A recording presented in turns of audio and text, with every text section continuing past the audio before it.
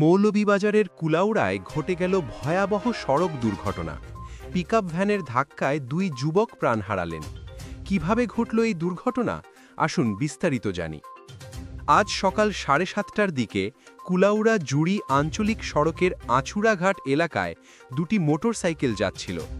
ঘন কুয়াশার কারণে বিপরীত দিক থেকে আসা একটি পিকআপ ভ্যান নিয়ন্ত্রণ হারিয়ে সরাসরি ওই মোটরসাইকেলে ধাক্কা দেয়। ঘটনাস্থলেই দুই আরোহী নিহত হন।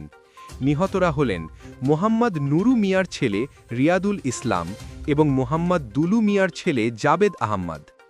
এই দুর্ঘটনায় পিকআপ ভ্যানের চালকও আহত হয়েছেন, তবে তিনি এখনও আটক হননি।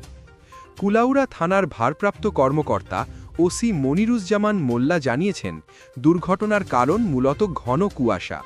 পিকআপ ভ্যান চালককে খুঁজে বের করার জন্য পুলিশ অভিযান চালাচ্ছে।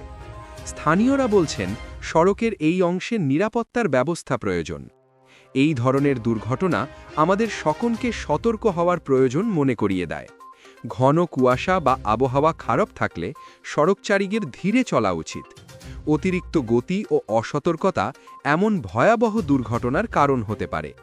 আমরা নিহত যুবকদের আত্মার শান্তি কামনা করি এবং আহতদের দ্রুত সুস্থতার প্রার্থনা করছি। এই খবর সম্পর্কে আপনার মতামত জানতে চাই। লাইক, কমেন্ট করুন এবং খবরবিন্দু চ্যানেল সাবস্ক্রাইব করতে ভুলবেন না।